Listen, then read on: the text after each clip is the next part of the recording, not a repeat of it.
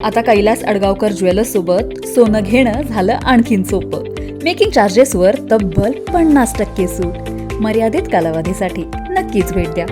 Kailas अडगावकर jewellers, Datta मंदिर bus stop, Nashik road. गंभीर दुखापतीच्या गुन्ह्यातील 3 वर्षांपासून फरार आरोपी दीपक भाऊसाहेब सूर्यवंशी धुळे येथून क्राईम ब्रँच युनिट 2च्या ताब्यात. याबाबत पोलिसांनी दिलेल्या माहितीनुसार 3 मार्च 2023 ला घरगुती कारणावरून हाणामारी करून जीवे ठार मारण्याचा प्रयत्न केल्याचा गुन्हा सातपूर पोलीस ठाण्यात दाखल झाला होता. सदर गुन्हा दाखल झाल्यानंतर आरोपी दीपक सूर्यवंशी फरार होता.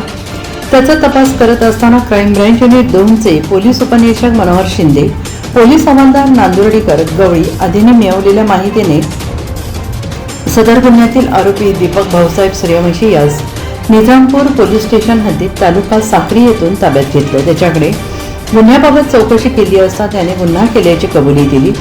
सदरची कामगिरी पोलीस आयुक्त संदीप कनिक, पोलीस उपायुक्त किरण कुमार चव्हाण, सहाय्यक पोलीस आयुक्त संदीप मिटके यांच्या मार्गदर्शनाखाली क्राईम ब्रँच युनिट 2 सहाय्यक पोलीस निरीक्षक हेमंत तोडकर, समाधान हिरे, सहाय्यक पोलीस उपनिरीक्षक मनोहर शिंदे, पोलीस हवालदार नंदकुमार नांदुर्डीकर, चंद्रकांत गवळी, पोलीस अंमलदार गणेश खांडबाले, तेजस मते, सुनील खैनार आदींनी ही कारवाई पार पाडली. NCN न्यूजसाठी सचिन देवडे, नवीन नाशिक.